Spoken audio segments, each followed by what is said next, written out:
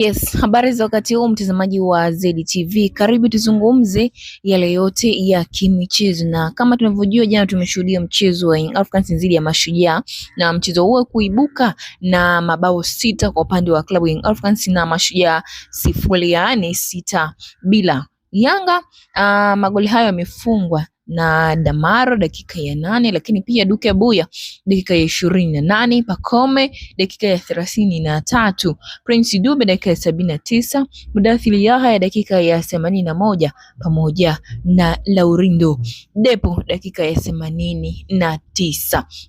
Kwa namna ambavyo umeutazama mchezo huu, wewe hapo shabiki wa Yanga, mpenzi na mtazamaji wa ZTV, mpira umeuonaje ndani ya dakika zote 90 kwa maono yako na kwa mtazamo wako? Toa maoni yako hapa, lakini tutayasikia maoni kutoka kwa wachambuzi kutokea pale Crown FM katika kipindi cha Crown Sports, zapata kufahamu maoni mbalimbali ya mchezo huu, lakini pia kiwango cha wachezaji ambao wamesajiliwa hawa wapya katika Club Young Africans katika usajili wa dirisha hili dogo, ambapo tunamzungumzia Dupe, lakini pia tunamzungumzia Depo, lakini tunamzungumzia Okello, Alan Okello, kiwango chake umekionaje? Damaro pia kiwango chake umekionaje, licha ya kuwa ametupia goli katika upande wa klabu hiyo ya Mashujaa? Toa maoni yako na tumsikilize Hans Raphael pamoja na Ivan Sevadius wakichambua kwa kina kabisa kuhusiana na mchezo huo uliochezwa siku ya hapo jana katika uwanja wa KMC pale Mwenge jijini Dar es Salaam. Tunaungana nao sasa. Subscribe, washa alama ya notification. Alionekana kumatch kwenye physicality kwa maana ya matumizi ya nguvu. That guy anaonekana kuwa na nguvu kweli kweli. Akikuwekea konga ameni wewe mwenyewe huwezi kumatch ile fitness aliyokuwa nayo. Movement zake, tazama lile goli. Wakati goli linaingia watu wengi walihisi ni offside. Lakini ile ni movement ya namba 9.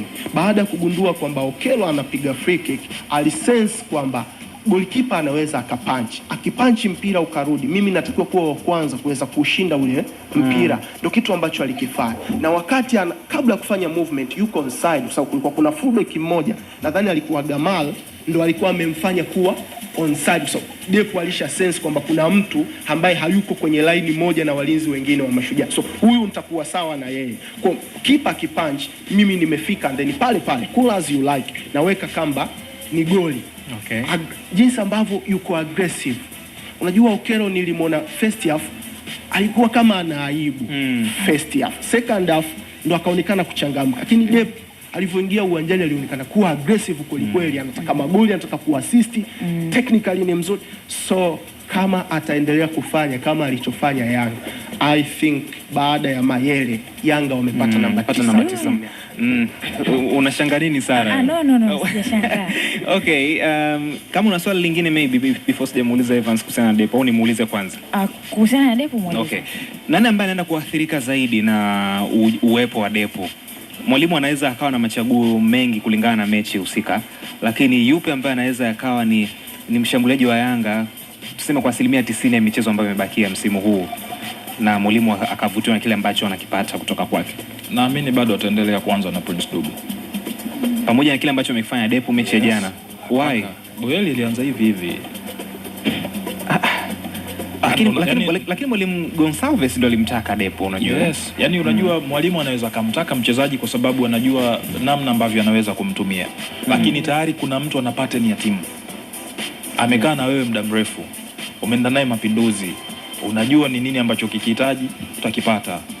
Kwa hiyo mimi naamini kuna vitu vingi ambavyo Prince Dube huenda anavijua kwa Gonsalves kwa hiki kipindi ambacho amekaa naye Yanga, kwa sababu utaratibu ulioko Yanga ni tofauti na huko alikotoka Gonsalves. Kuna baadhi ya vitu utaacha kule, huko unakuja na vitu vingine. Ideas zako zitakuwepo, lakini kuna baadhi ya misingi huwezi kuja nayo kwa sababu tayari timu ina misingi. Kwa hiyo mimi naamini inawezekana mwalimu kwa kipindi hiki akaendelea kubaki na Prince Dube mpaka pale ambako anaona sasa huyu mtu tayari ameweza kuconnect na watu wengine na wanaweza kucheza, anaweza akafanya maamuzi. Tukumbuke bado kuna Clement Mzize yuko nje. Ndio. Yani inaweza ikawa ni changamoto kwa wachezaji, inaweza ikawa ni changamoto pia kwa mwalimu ya kuopti ni anaondoka na nani, kwa sababu tunazungumza kwenye upande wa kulia unaweza ukamtumia Okello on paper anaanza kulia. Kwenye kuapply shughuli yuko ndani. Unaweza ukaanza na Mzize katikati on paper. Shughuli ikianza yuko pembeni. Kwa hiyo inategemea na mwalimu ambavyo unaona kama mechi ya jana kacheza Dube, kacheza na Depo. So kwa mtazamo wako unaamini kwamba hawa majamaa wawili wanaweza cooperate pamoja maybe? Yes, inawezekana. Lakini msimamo wako mkubwa ni kwamba Dube ataanza mbele ya Depo. Yes, naamini kwa kipindi hiki bado Prince Dube ataendelea kupata nafasi. Yaani mpaka pale ambako Depo na watu wengine wataclick kujua kwamba huyu ni mchezaji ambaye anafanya runs aina gani. Lakini wewe kwa upande wako una imani, kwa sababu mwenyewe umesema kabisa kwamba hata Boeli alianza hivi hivi. Yes. So hata kwa upande wako inawezekana kuna imani fulani hivi kwa Depo ipo afu kuna nyingine haipo. Yaani unamchukuliaje? Yaani haumwamini sana, unamwamini lakini unatamani apewe muda zaidi. Mimi nahitaji apewe muda na apate dakika za kucheza. Hiki ambacho nimekiona nahitaji muendelezo. Yaani hichi ambacho dakika za kucheza ndio hizo ambazo nimeuliza kama anaweza kacheza. Yes. Yaani dakika zilizopata jana na mimi zenyewe zinatakiwa kila siku apate. Yaani awe anapata dakika hizo na zaidi kwa sababu Rich inaendelea kumtengenezea confidence. Sasa akipata dakika hizo na zaidi maana yake ni kwamba wanaanza baadhi ya mechi. Yes. Yaani unaweza kuwa unaanza mechi dakika 60. Unajua mimi kuna kamsemo kanasema hivi. Mchezaji mzuri apewi muda, anapewa mpira. Kwa mfano Evansis unaona Semenyo ametoka Bournemouth. Amekwenda straight kwenye kikosi cha City ameingia. Yeah, sure thing. Kwa sababu yuko fit na anaonekana na uhitaji mpira. Binafsi mimi mechi ya National Al Ahly sitoshangaa Depo akianza. Kwa sababu anaonekana yuko tayari. Lakini kwa unavyoona wewe inawezekana nafasi ya Dube ikawa mashakani ukizingatia kwamba amekuwa na tabia ya kukosa nafasi. Nadhani kuna interview moja nilisikia ya Pedro sijui ni wiki moja imepita, alisema ukiwa na washambuliaji wawili kama Dube na Depo unaweza ukacheza na 4-3-3 na kuna muda ukacheza na 4-4-2 ukiwa na washambuliaji wawili. Kwa mpango wake ni kuwatumia wote wawili kwa hiyo tusishangae kuna mechi baadhi Yanga wakacheza na 4-4-2, washambuliaji wawili na mawinga wawili pembeni na viungo wawili. Lakini kwa jana jinsi ambavyo wamecheza wao wawili, kwa sababu Depo aliingia lakini Dube aliendelea kuwepo. Ulionaje? Yaani kuna kitu ambacho uliona maybe mwalimu anaweza akawa ana asilimia nyingi sana za usahihi wa hicho ambacho akisema kwamba pengine anaweza akawatumia wote wawili. Yaani Dube na Depo jana walioperate vipi kama wachezaji wawili ambao kwa asilimia kubwa sana ni washambuliaji wa katikati? Nadhani baada ya Pacome kutoka bado Yanga walibaki kwenye mfumo wao wa 4-3-3. Hawakuchange kwenda kwenye 4-4-2. So kilichotokea ni kwamba Dube alikwenda pembeni kuchukua nafasi ya Pacome. Kwa akawa anacheza kama left winger and then Depo akasimama center. You see? Yes. Lakini kuna mechi unaweza ukasema na waanzisha wote, nacheza na mabeki watatu, mawing back wawili, washambuliaji wawili. Lakini kuna mchezaji mmoja ataathirika hapo ambaye anacheza pembeni. Mimi binafsi nataka kuwa na timu ambayo ina competition. Okay. Ni mara mwisho ni lini umeona Dube ana kiwango kizuri kama jana? Yaani ameconcentrate kwa muda wote. Mechi ya Zimbabwe na Misri. Okay. Nataka nikwambie mechi hiyo ni kwa sababu inawezekana ni kwa sababu alifeel kwenye bench kuna mtu ambaye anaweza kumtoa muda wowote. Yaani ujio wa Depo unaweza pia kumwamsha Dube. Unajua Januari alikuwa akiangalia siku mwezi wa 12, akiangalia benchi anaona Mzize hayupo. Akiangalia benchi anamuona Andy Boyeli. Anasema hapa nikicheza fyongo tu, nani atanitoa? Lakini Boyeli alivyoanza ni kama Dube kutikisika hivi.